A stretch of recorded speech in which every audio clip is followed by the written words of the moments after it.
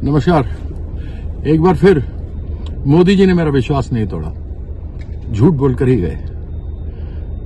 बंगाल को बदनाम करने का प्रयास किया, लेकिन अपनी तरफ से क्या करेंगे वो बताया नहीं। उनसे मैंने पूछे थे प्रश्न, लेकिन उन प्रश्नों का जवाब नहीं मिला। चाहे वो दुर्गापुर फर्टिलाइजर प्लांट हो, दुर्गापुर स्टील प्लांट का मॉडर्नाइजेशन हो, एमएएमसी को बनाना हो, कुछ नहीं कहा उन्होंने। आकर के बदनाम करते चले गए। गैस पाइपलाइन की बात की। गैस पाइपलाइन संभव नहीं था अगर बंगाल सरकार उनको जमीन नहीं देती, अलाइनमेंट नहीं करती और सुविधा नहीं देती। मोदी जी उसको नहीं बोलेंगे, कभी नहीं बोलेंगे, क्योंकि वह सच बोल ही नहीं सकते, वो दूसरे किसी को क्रेडिट दे ही नहीं सकते। विषमता भरी पड़ी है उनके अंदर। मैं आपको एक उदाहरण देता हूं। दिल्ली में वो चुनाव जीते, अरविंद केजरीवाल को हराया, और उन्होंने कहा लोगों को चुनाव से पहले कि जहां झुग्गी वहीं घर देंगे, आप लोगों को लोन बनाकर देंगे, आप लोगों को नौकरियां मिलेंगी। और सबसे पहला काम क्या किया? बुलडोजर भेजकर 7 दिनों के अंदर उन सभी घरों को तोड़ दिया। यानी पहले झूठ बोलो, लोगों को बरगलाओ और उसके बाद फिर उनको तोड़ो।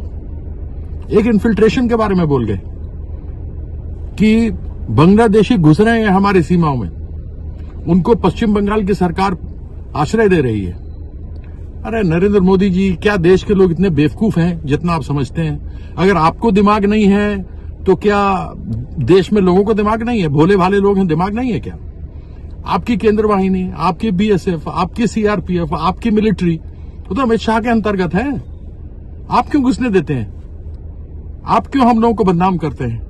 आप बंगालियों को जहां रह रहे हैं पूरे देश भर में, जो बंगला बोलते हैं उन सबों को आप पिटवा रहे हैं। आपकी भारतीय जनता पार्टी की सरकार में हो रही है। और अगर इन्फिल्ट्रेशन पे आप तृणमूल को दोषी ठहराते हैं तो फिर जम्मू कश्मीर में जो आतंकवादी घुसते हैं वहां तो भारतीय जनता पार्टी के लेफ्टिनेंट गवर्नर शुरू से हैं। वहां पर तो अमित शाह होम मिनिस्टर हैं, होम उनकी, मिलिट्री आपके राजनाथ की, गवर्नर वहां पर मनोज सिन्हा, और वैसे भी वहां के मुख्यमंत्री बोलते हैं कि हमारे पास तो कुछ है नहीं, सब कुछ तो इन्हीं के पास है।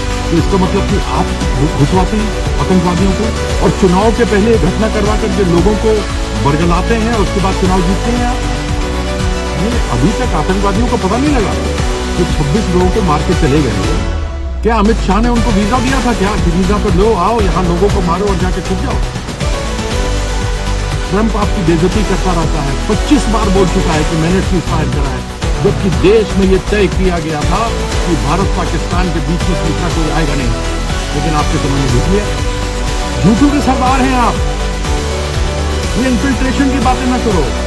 ये बंगाल में जो घर मिले हैं, बंगार बाड़ी, जो पैसा आपको देना था आपने नहीं दिया। मैंने पूछा था आपसे क्यों नहीं दिया? मनरेगा का देना था आपको, आपने दिया नहीं। आपसे पूछा था क्यों नहीं दिया? भाई बहनों, यहां पर नौकरी नहीं मिल रही।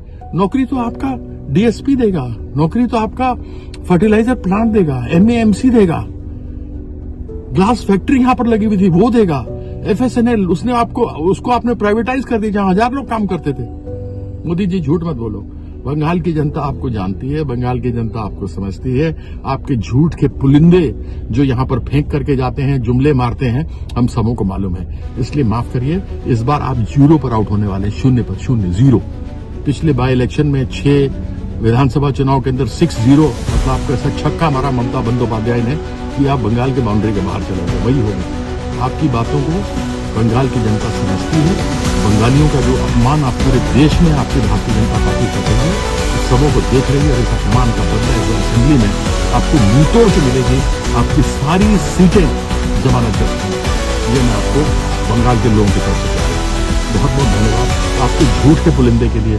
एक बार पुनः धन्यवाद करता हूँ कि आपने मेरे विश्वास को नहीं तोड़ा, जुमलों की बौछार लगाई। झूठों के सरदार बादशाह श्री नरेंद्र मोदी जी को मेरा नमस्कार।